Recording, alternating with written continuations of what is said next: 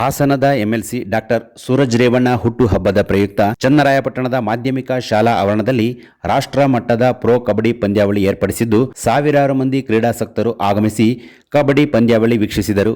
JDS ಮುಖಂಡರು, doctor Suraj Revanna ಅಭಿಮಾನಿಗಳು ಇದೇ ವೇಳೆ ಉಪಸ್ಥಿತರಿದ್ದರು. ಕ್ರೀಡಾಭಿಮಾನಿಗಳನ್ನು ಹುರಿದುಂಬಿಸಲು ಚಿಯರ್ಸ್ ಗರ್ಲ್ಸ್ ಮೂಲಕ ನೃತ್ಯ ನೆರವೇರಿಸಲಾಗಿತ್ತು.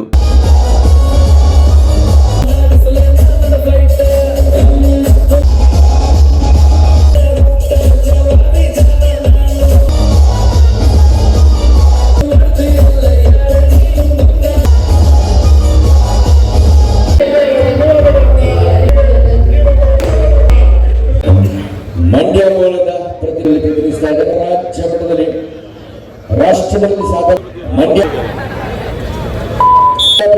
ಇಂಥ ಒಂದು ಚಂದದ ಮೈ ನವಿರಳಿಸೋ ಮನೋಹರ ನಾಯಕನಿಗೆ